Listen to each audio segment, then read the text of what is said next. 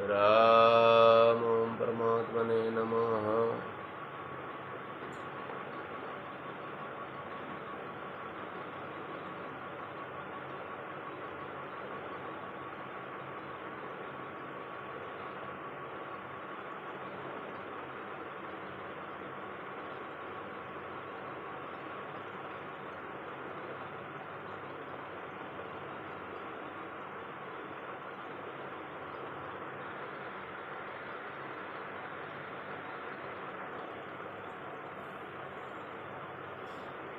हरि राम राम राम राम।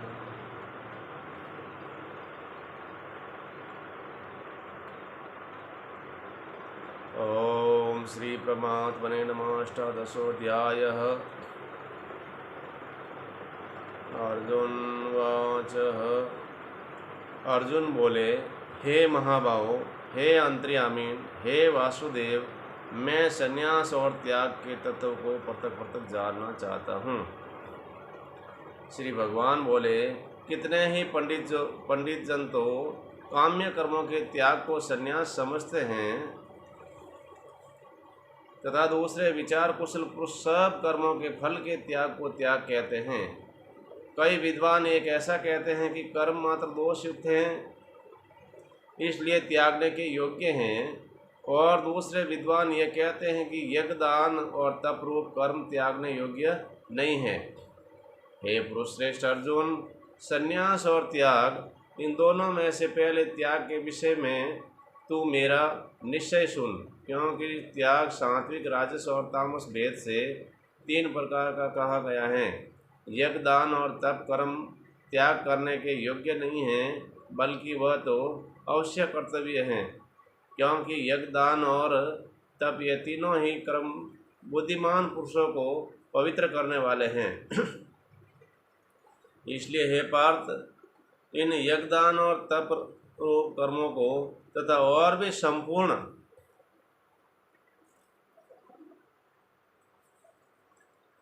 कर्तव्य कर्म को आसक्ति और फलों का त्याग करके अवश्य करना चाहिए। ये मेरा निश्चय किया हुआ उत्तम मत है।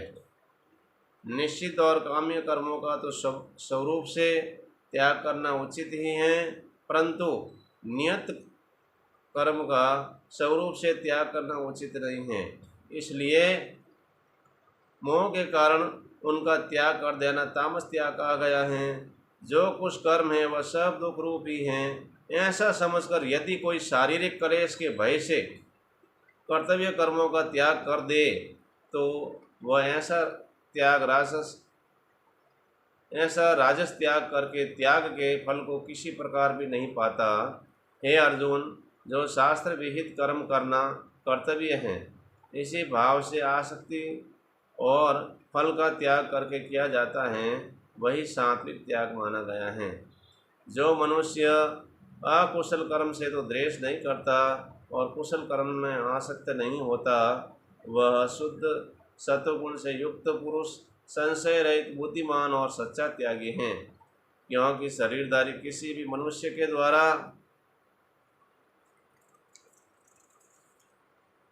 संपूर्णता से सब कर्मों का त्याग किया जाना शक्य नहीं है। इसलिए जो कर्म फल का त्यागी हैं वही सच्चा त्यागी हैं, यह कहा जाता है। कर्म फल का त्याग न करने वाले मनुष्यों के कर्मों का तो अच्छा बुरा और मिला हुआ ऐसे 3 प्रकार का फल मरने के पश्चात अवश्य होता है, किंतु कर्म फल का त्याग कर देने वाले मनुष्यों के कर्मों का फल किसी काल में भी नहीं होता। हे महाबाहो, संपूर्ण कर्मों की सिद्धि के ये 5 हेतु कर्मों का अंतःकरण के लिए उपाय बतलाने वाले सांख्य शास्त्र में कहे गए हैं, उनको तू मुझसे भली भांति जान। इस विषय में अर्थात कर्मों की सिद्धि में अधिष्ठान और कर्ता तथा भिन्न भिन्न प्रकार के कारण एवं नाना प्रकार के अलग अलग चेष्टाएँ और वैसे ही 5वां हेतु देव हैं। मनुष्य मन वाणी और शरीर से शास्त्र अनुकूल विपरीत जो कुछ भी कर्म करता है, उनके ये 5 कारण हैं।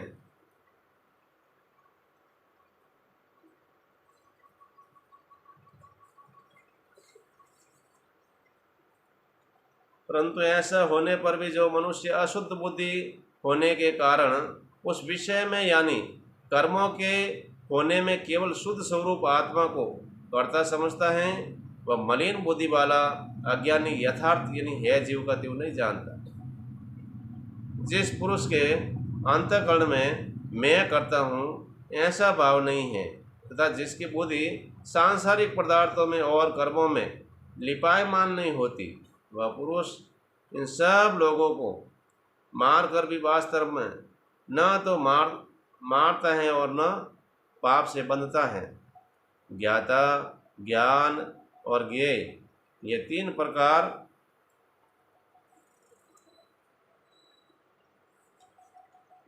की कर्म प्रेरणा है और कर्ता, करण तथा क्रिया ये तीन प्रकार का कर्म संग्रह है। गुणों की संख्या करने वाले शास्त्रों में ज्ञान और कर्म तथा कर्ता गुणों के भेद से तीन तीन प्रकार के ही कहे गए हैं, उनको भी तू मुझसे भली भांति सुन।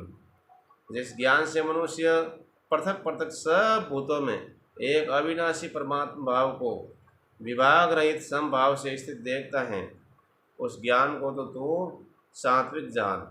किंतु जो ज्ञान अर्थात जिस ज्ञान के द्वारा मनुष्य संपूर्ण भूतों में भिन्न भिन्न प्रकार के नाना भावों को अलग अलग जानता है, उस ज्ञान को तू राजस जान।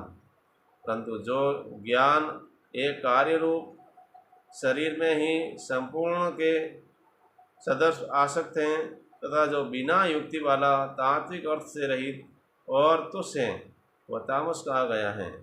जो कर्म शास्त्र विधि से नियत किया हुआ और कर्तापन के अभिमान से रहित हो,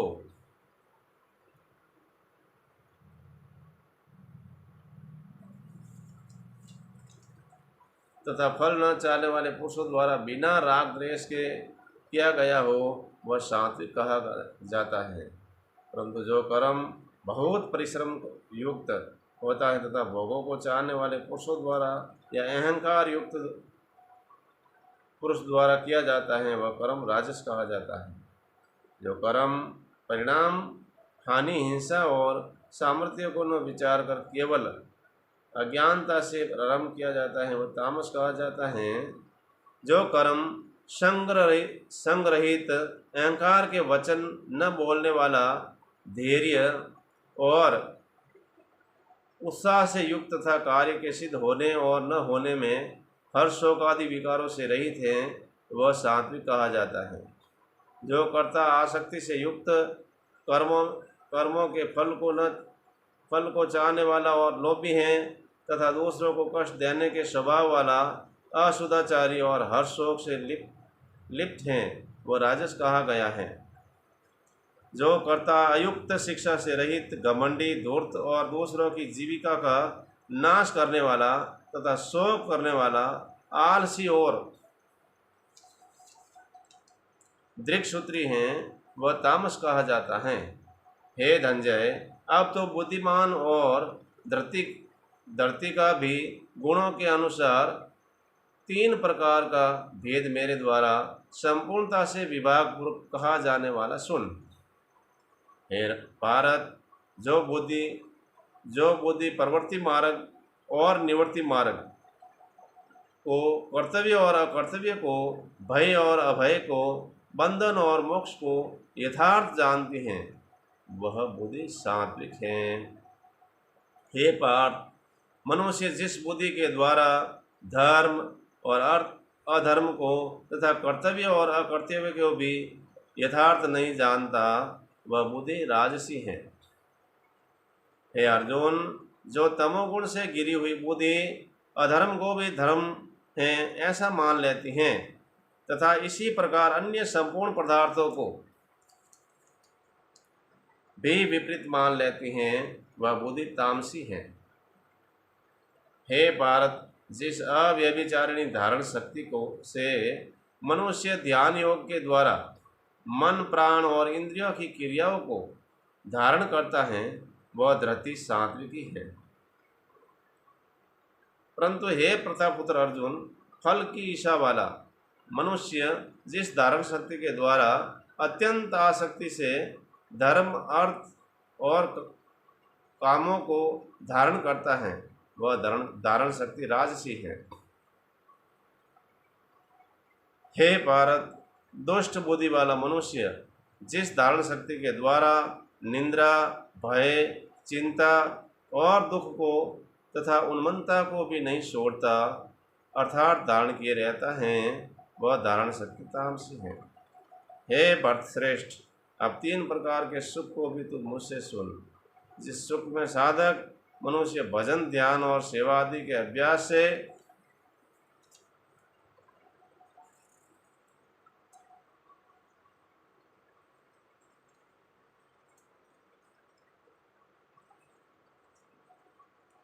रमण करता है और जिससे दुखों के अंत को प्राप्त हो जाता है, जो ऐसा सुख है वह आरंभ काल में यद्यपि विष के तुल्य प्रतीत होता है परंतु परिणाम में अमृत के तुल्य है। इसलिए वह परमात्मक विषय बुद्धि के द्वारा बुद्धि के प्रसाद से उत्पन्न होने वाला सुख सात्विक कहा गया है।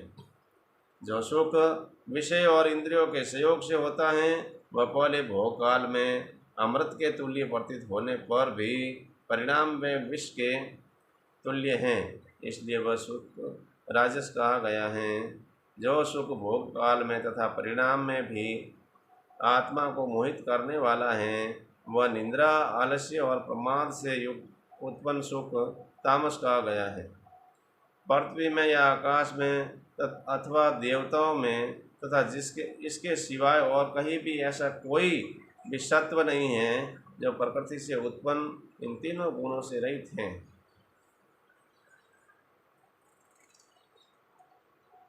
हे परंतु ब्राह्मण, क्षत्रिय और वैश्यों के तथा शूद्रों के कर्म स्वभाव से उत्पन्न गुणों द्वारा विभक्त किए गए हैं।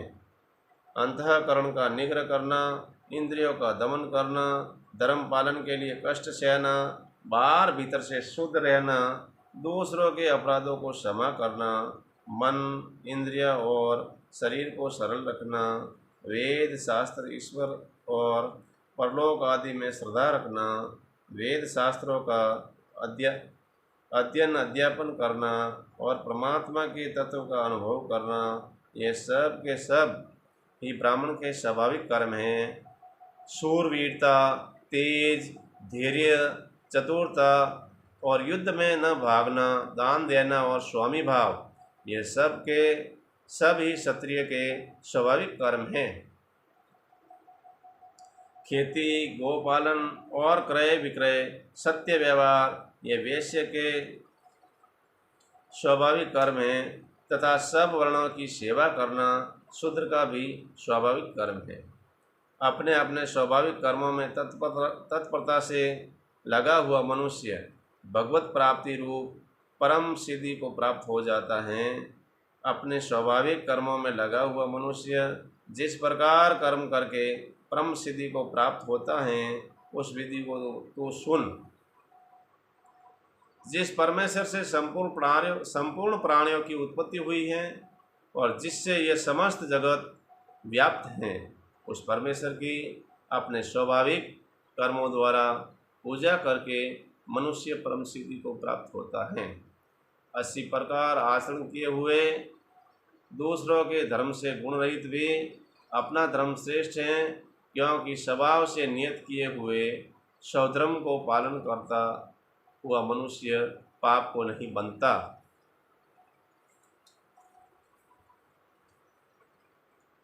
अतः हे कुंती पुत्र, दोष युक्त होने पर भी सहज कर्मों को नहीं त्यागना चाहिए, क्योंकि धुएं से अग्नि की भांति सभी कर्म किसी न किसी दोष से युक्त हैं। सर्वत्र आसक्ति रहित बुद्धि वाला, स्पृह रहित और जीते हुए अंतःकरण वाला पुरुष सांख्य योग के द्वारा उस परम नैष्कर्म्य सिद्धि को प्राप्त होता है जो कि ज्ञान योग की प्रानिष्ठा है। उस नैष्कर्म्य सिद्धि को जिस प्रकार से प्राप्त होकर मनुष्य ब्रह्म को प्राप्त होता है, उस प्रकार को हे कुंती पुत्र तू संपेक्ष में ही मुझसे समझ। विशुद्ध बुद्धि से युक्त तथा हल्का, सात्विक और नियमित भोजन करने वाला, शब्दाधिक विषयों का त्याग करके एकांत और शुद्ध देश का सेवन करने वाला, सात्विक धारण शक्ति के द्वारा अंतःकरण और इंद्रियों का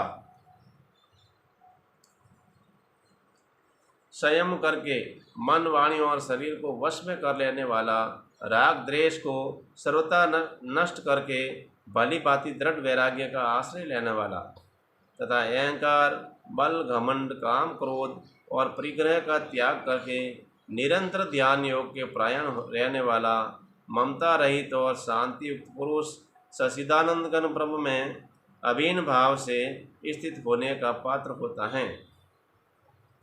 फिर वह सच्चिदानंद घन ब्रह्म में एक ही भाव से स्थित प्रसन्न मन वाला योगी न तो किसी के लिए शोक करता है और न किसी की आकांक्षा ही करता है। ऐसा समस्त प्राणियों में समभाव वाला योगी मेरी पराभक्ति को प्राप्त होता है।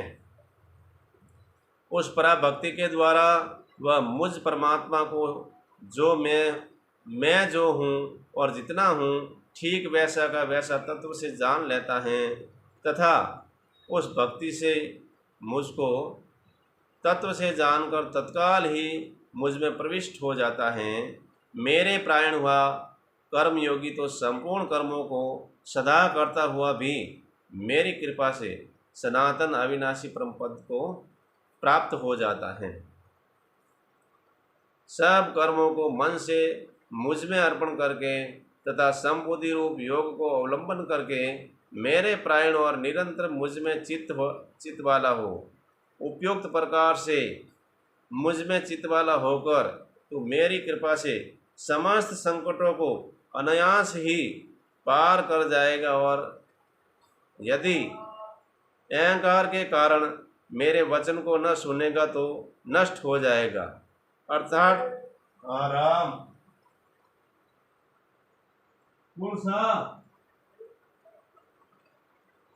एक मिनट आयो।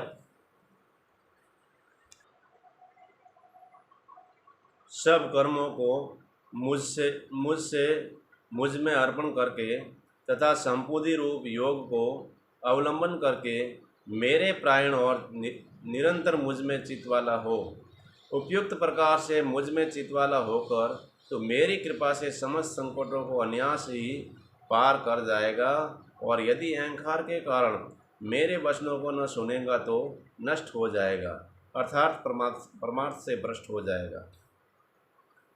जो तू अहंकार का आश्रय लेकर यह मान रहा है कि मैं युद्ध नहीं करूँगा तो तेरा यह निश्चय मिथ्या है, क्योंकि तेरा स्वभाव तुझे जबरदस्ती युद्ध में लगा देगा।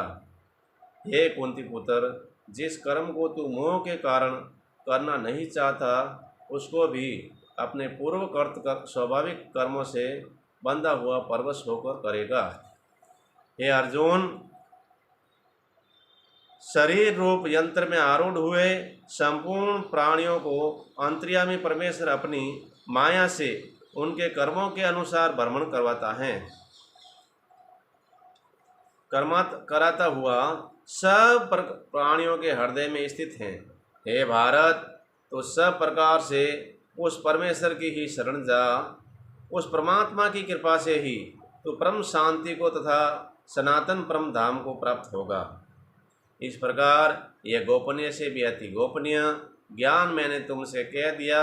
अब तू इस रहस्य युक्त ज्ञान को पूर्णतः भली भांति विचार कर जैसा चाहता है वैसा ही कर। संपूर्ण गोपनीय से अति गोपनीय मेरे परम रहस्य युक्त वचन को तू फिर भी सुन। तू मेरा अतिशय प्रिय है। मुझसे यह परम हितकारक वचन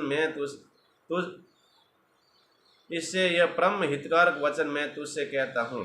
हे अर्जुन, तू मुझ में मन वाला हो, मेरा भक्त बन, मेरा पूजन करने वाला हो और मुझको प्रणाम कर। ऐसा करने से तू मुझे ही प्राप्त होगा। यह मैं तुझसे सत्य प्रतिज्ञा करता हूँ, क्योंकि तू मेरा अत्यंत प्रिय सखा है।